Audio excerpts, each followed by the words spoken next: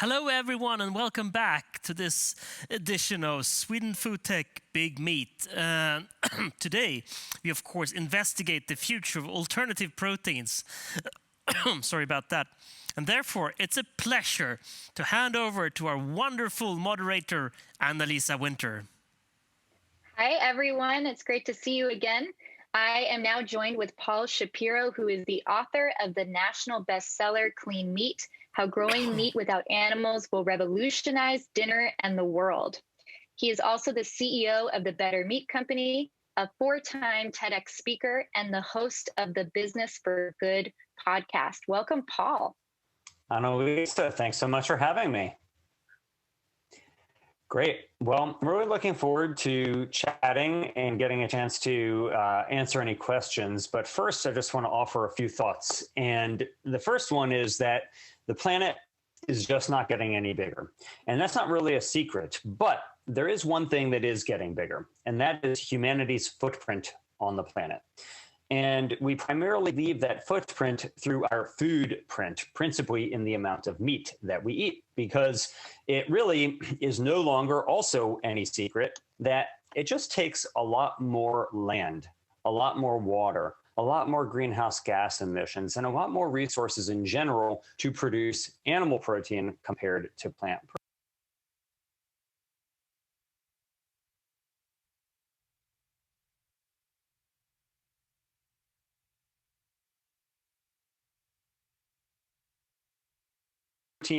And it's very impressive, but it does not negate the fact meat consumption has never been higher than it is today. We have never raised more animals for food than we do today. And expert analysts predict that those numbers are only going to keep going up and up and up, even though we know that it is unsustainable to do so. We just cannot continue feeding ourselves a diet that consists of billions upon billions of chickens and pigs and cows and turkeys and so on, because we don't have any more land.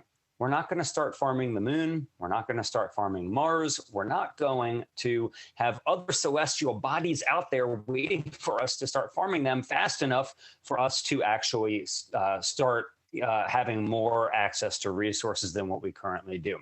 And so we're going to have to get a lot more efficient about how we produce protein. Now, we know that in places like China and India and Brazil and Mexico, meat demand is going up because they have increasing middle classes. So as soon as people get more money, they start wanting to eat more meat. But even in places like the United States, meat demand continues to go up. So what can we do? Well, there are a number of things that can happen. So one, we could simply try to grow meat from animal cells. That's what the topic of my book, Clean Meat, is about. This revolution in growing actual real meat, not a substitute, not an alternative to meat, but real actual animal meat from cells that were taken from animals, and then grow that into things like burgers and hot dogs and chicken nuggets and so on. That is a very promising technology, but it still is years away from making an actual dent in the demand for animals being raised for food. Only one country has allowed the sale of this product, and even there, it's really only available in a very limited quantity in Singapore. In places like the United States and in Europe, and they haven't even allowed for the sale of these products yet, let alone are they anywhere near cost parity. So if animal cell culture products are still a little bit of ways off from making a dent in real animal agriculture demand, what is the next option? Well, as we all know, there's been a lot of hype about plant-based meat, growing meat from plants. So it's not that we're taking animal cells and making real meat, but it is that we're taking soybeans or peas or wheat and converting them into products that look and taste like animal meat, except they're better for the planet, and typically they're better for us as well. That's another great option, but let's keep in mind that these companies, let's say like Beyond Meat and Impossible Foods, as impressive as they are kind of like the Teslas of the alternative protein space. And that is to say, they are really cool, they're really great, they're very exciting for investors, and they have wonderful products, but they're still a tiny little portion of the market. There's a reason why electric vehicles are still less than 1% of the total vehicle sales, and that's because they're just really expensive. And that's the same with plant-based meat. plant-based meat, despite having so much attention on it right now, is still less than 1% of the total amount of meat being sold. Now, to put that in perspective, if you think about plant-based milk, everybody is excited about the Oatly IPO, big win for Sweden. But this is a really exciting moment in plant-based milk. But let's keep in mind, plant-based milk has grown to about 13% of the fluid milk market, at least in the United States. So if plant-based milk is now at 13% and plant-based meat, though, is at less than 1%, how long is it going to take for plant-based meat just to get to that 13% level? Well, if you look at the predictions by groups like A.T. Kearney or others who are experts at forecasting, they think that within about a decade, plant-based meat and other alternative meats should be around 10% of the meat market, which would be a massive gain. I mean, a really massive gain, going from far less than 1% to an entire tenth of the market. It would be truly an incredible moment for investors and for the shareholders of these companies, and for the world. It would be really good for the world. But it would still mean that 90% of meat is coming from conventional animal agriculture, and that is just not going to cut it. That's not going to get us the gains that we need in order to avert the worst types of climate change, the worst extinction events, the worst deforestation.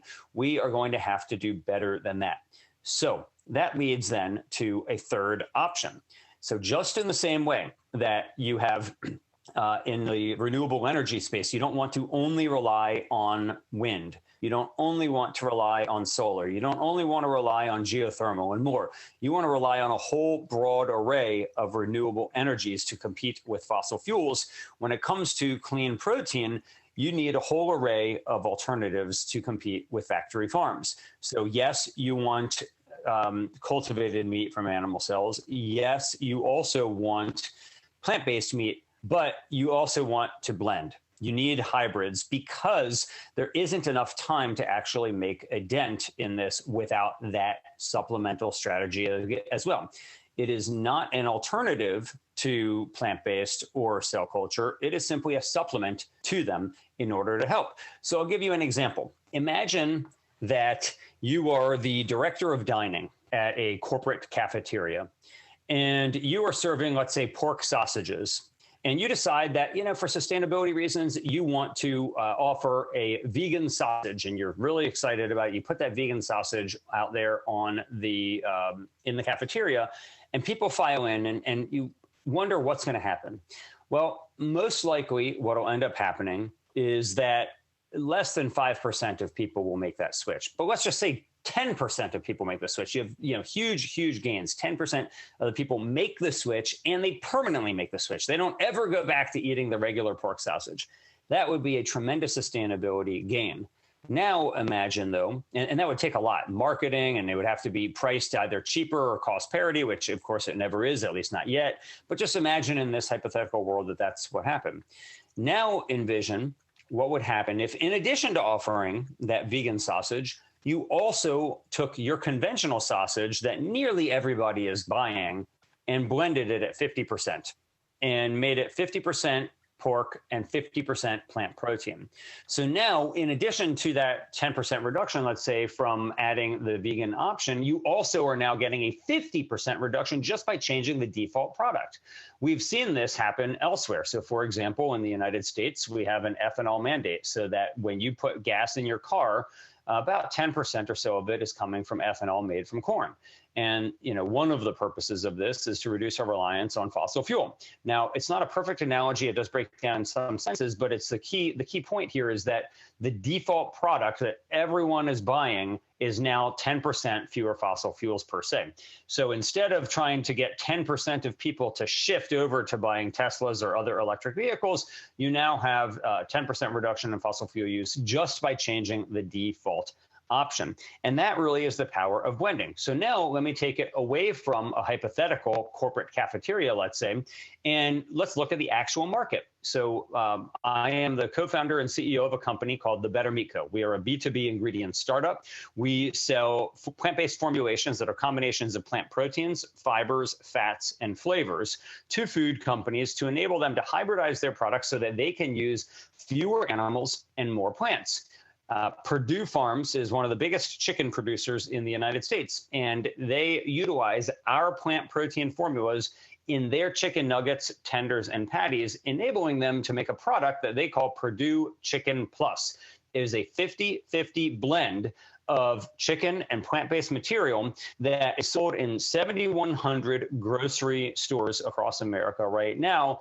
And you can't tell the difference. It says Purdue Chicken Plus. You eat that nugget and it looks exactly and tastes exactly like a regular chicken nugget. In fact, the Food Network, which is a big TV station in the United States, they did a blind taste test for their expert tasters, and they concluded that the Purdue Chicken Plus nugget, again, it's only 50% chicken, is the single best tasting frozen chicken nugget in America. The single best tasting one. So imagine if you could make all chicken nuggets only 50% chicken. You would need hundreds of millions, if not billions of fewer chickens. You would free up huge amounts of land, huge amounts of water, reduce antibiotic usage, and make people healthier at the same time, because when you do this, when you blend plant protein into animal protein, you end up reducing saturated fat, reducing cholesterol, reducing calories, and increasing fiber. So one of the things that few people ever think about is, neither you nor any person you know is protein deficient. So,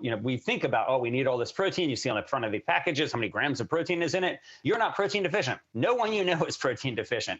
However, you almost certainly are fiber deficient, and nearly everybody you know is fiber deficient as well. In America, 9 out of 10 people are fiber deficient. And that leads to a host of all types of ailments, from colon cancer and other things and more. And so I really think that in the future, people will be perhaps less focused on protein and maybe a little bit more fixated on where they are getting their fiber. And so that's another thing to keep in mind with blending, is that meat has no fiber. Not one animal product has 1 gram of fiber in it. And that is really what we are deficient in. And so if people are having a hard time eating their plants or eating their veggies, why not put it where it actually is going to be eaten, which is in the meat? So in the alternative protein world, we are very excited about the fact that in the last few years, you have seen plant protein enter the meat aisle at the supermarket. And people are so excited about this, rightly so. But if we are excited that plant protein is entering the meat aisle of the supermarket, so too should we be excited that plant protein is entering the meat itself, entering the very meat itself, because that is the default item that nearly everybody is buying. And that is how we are going to actually start making a dent here. And it enables meat companies to dip their toe in some plant-based waters, to actually start seeing that they are not necessarily meat companies per se, but that they are protein providers, and that they can supply people with a diverse portfolio of proteins. So in the past, I really think that, typically people have thought of meat as or really like protein even, as a hunk of flesh from a once living animal's body. However, increasingly, that definition is fading away. And we're now seeing that people are identifying protein not just with a hunk of flesh from a once living animal's body, but also from, for example, protein from plants, protein from animal cells, protein from microbial protein sources, and yes, hybridized protein, where we are blending those together to make, for example, a chicken nugget that is only half chicken and half plant. And I really believe that that will be part of the future. And maybe, just maybe, it will introduce a whole range of really interesting culinary options for humanity that people haven't really thought of before. So I'll give you an example. Imagine, for example, the time after humans had domesticated cows, so people were consuming liquid milk, but before anybody had figured out how to make cheese. So nobody had learned how to make milk curdle in order to produce actual hard cheeses. Well, in that time, even though people were drinking milk, no one had ever fantasized about brie or Gouda or Swiss or cheddar or any other type of cheese. Nobody had even thought about it. And, we think about cheese now as like the staple in people's diet. I mean, I can't tell you how many people tell me that they are addicted to cheese, that it's like the last food they would ever give up. But it's actually quite a new and novel type of food in human history. It's very recent on the timeline of humanity's existence that we had cheese at all, and now it's a staple part of our diet. Well, what if hybridization and other types of new food technology like cultivated meat are going to open up novel culinary experiences to us, things that none of us have ever even fantasized about, like our ancestors who didn't fantasize about cheese because they had never even thought about it or heard of it and never conceived of its existence. So what might be possible for us when we start hybridizing and we start growing things like animal cells or making microbial proteins, I really believe that it may open up an entirely new and novel culinary experience for humanity and introduce some really interesting things for us. As an example, right now, let's say you go to your friend's house and she on her kitchen counter has like an ice cream maker or a bread maker. Really not that compelling, right? It's cool. It's a cool technology, but it's really not that remarkable. Well, what if they had a meat maker on their counter? What if they were ordering little tea bags full of either stem cells or different kinds of hybridized interlaced proteins, and you can drop that into your little meat maker and grow meat right on the counter yourself? I think that it would be a pretty cool world to live in. Or instead, let's say you're going to your local restaurant and they have, instead of brewing their own IPA in the back, maybe they're brewing their own meat and they have their own type of local artisanal handcrafted meats that they're making right there that you can only get at that restaurant. That's what I think the future may hold for us in terms of these really interesting experiences that food technology will empower us to have. And it'll be a far more interesting place to be, just in the way that cheese has made it a more interesting place to be for us as well. So I am particularly bullish on the idea that we can create a far more diversified protein portfolio to create a world in which protein no longer has to be synonymous just with slaughtering animals, but one in which we actually create a protein world that is complementary to the planet, that is good for public health, that doesn't have to be a leading cause of deforestation and climate change and so many other problems that we are trying to solve. I really believe that we can create a better world through food technology and create a much smaller footprint on the planet. One of the people who is widely admired the most in the food world and the agriculture world is somebody named Norman Borlaug. Now, Borlaug, if you haven't heard of him, won the Nobel Peace Prize in the 1970s for inventing something that is widely regarded as having saved maybe about a billion with a B, human lives. Now, how could anybody possibly save 1 billion human lives? We lionize people who save 1 life or 10 lives. That would be amazing.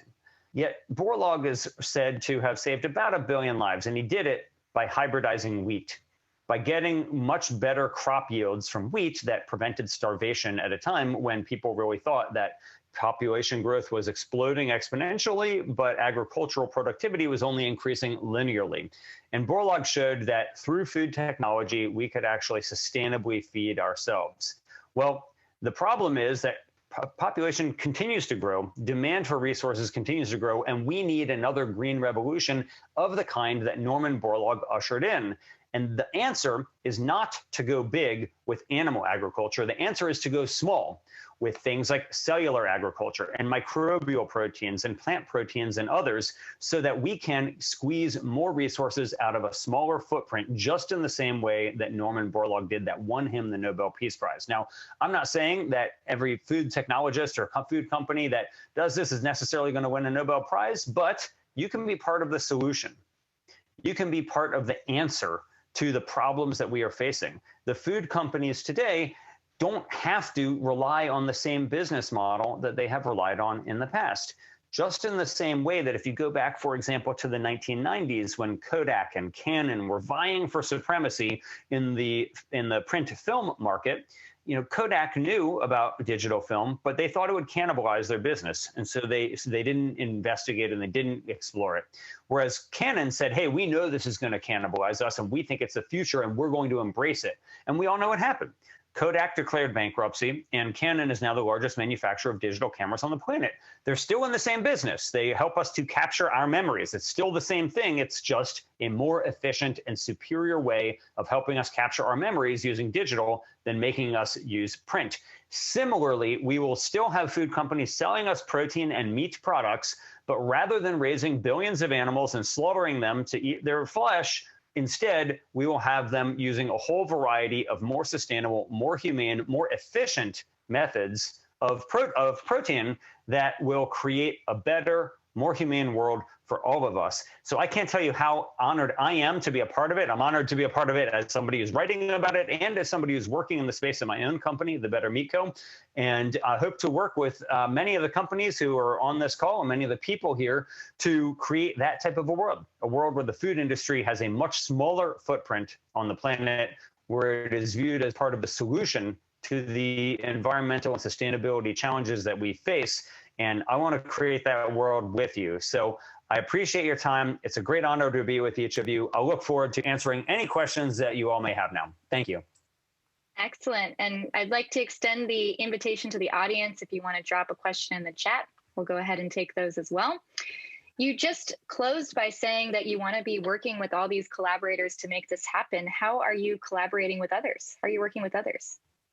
Yeah, thanks, Annalisa. So right now, the Better Meat Co. is partnered not only with Purdue Farms, we're also partnered with seafood companies, with burger companies, and with companies around the globe. So for example, I'll give you down under in Australia, there is a meat company called RTC Foods, and they have recently launched, powered by our ingredients, products like blended burgers and blended chicken nuggets and so on that are a great blend of their meat, but with much less meat because they're containing our products.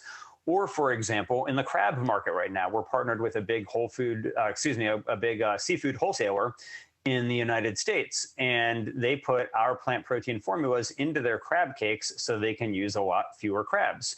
And, we didn't really talk that much about oceanic health, but, crabbing and lobsters is a big sustainability problem there.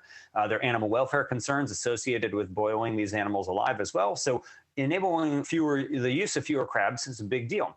We sell to burger companies and others as well. And so what our specialty is really partnering with large food companies who want a turnkey solution to utilizing fewer animals in their supply chain, and they still want to be able to offer really great products for their customers.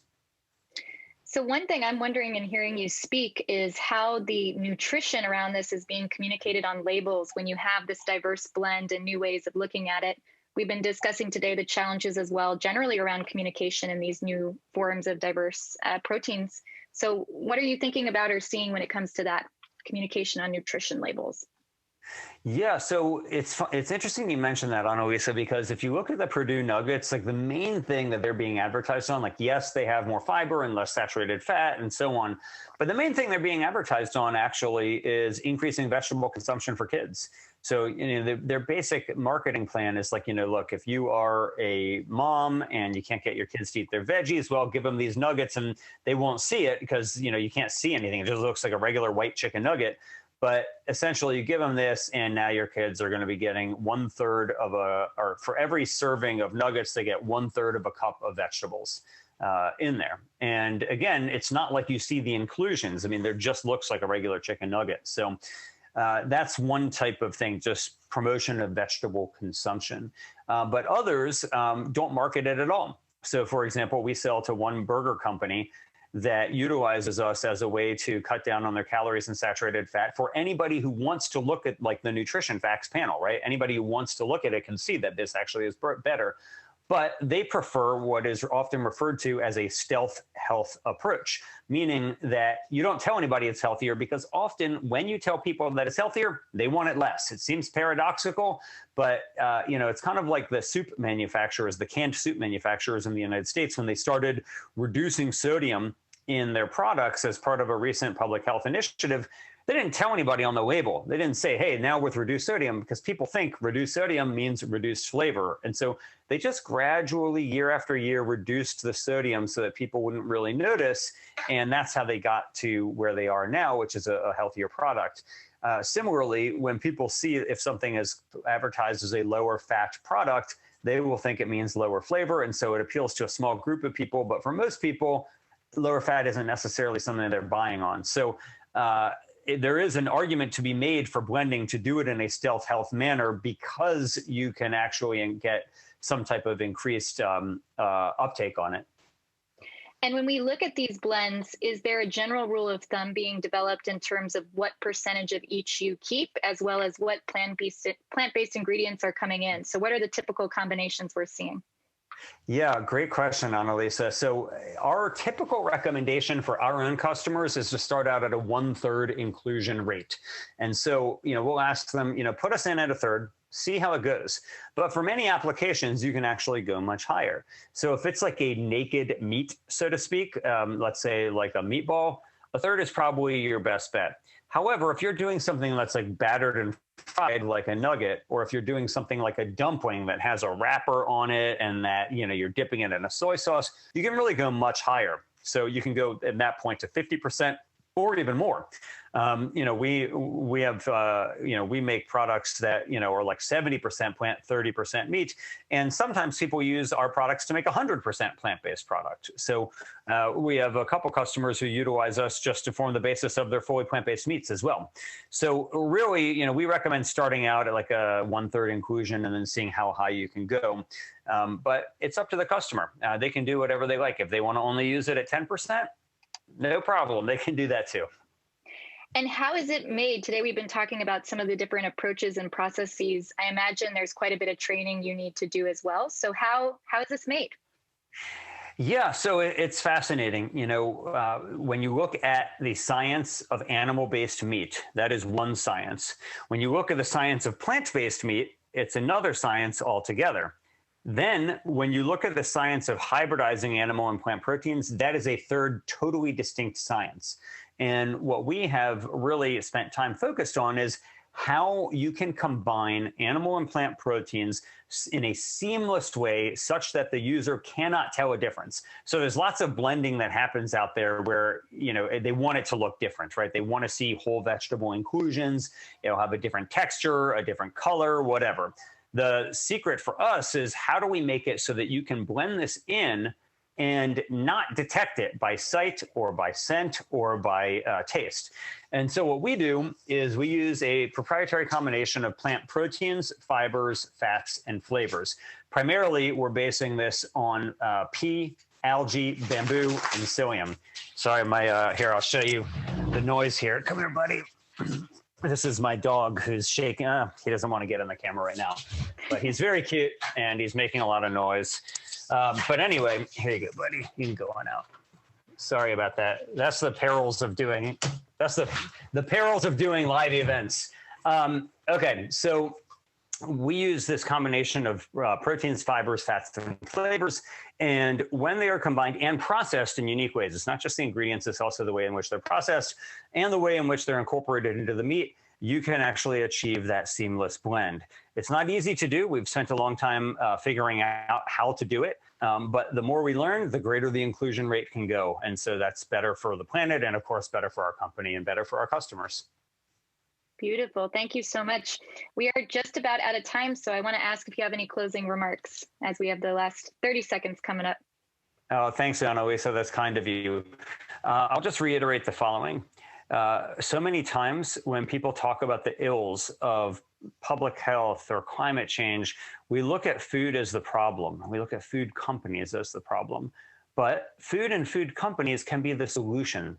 And there can be real leaders in this space who can be the canon rather than the codec, who can help transition us to a cleaner, more sustainable, more humane future in which we should look at the food industry as the heroes, the food scientists, the food technologists as the heroes of how we turned this crisis that we are facing on our planet around and enabled us to support human population with a tiny little sliver of the resources that we once needed. And future generations will look back and say, I'm so glad. I'm so grateful to those who invented this future that we are now living in that allow us to produce for a tiny little fraction of what our ancestors needed to produce for themselves. And we want to be a part of that, and we want to partner with you to help make it happen. Perfect. Thank you so much, Paul. We'll say Thanks, goodbye. Annalisa. Bye, everyone.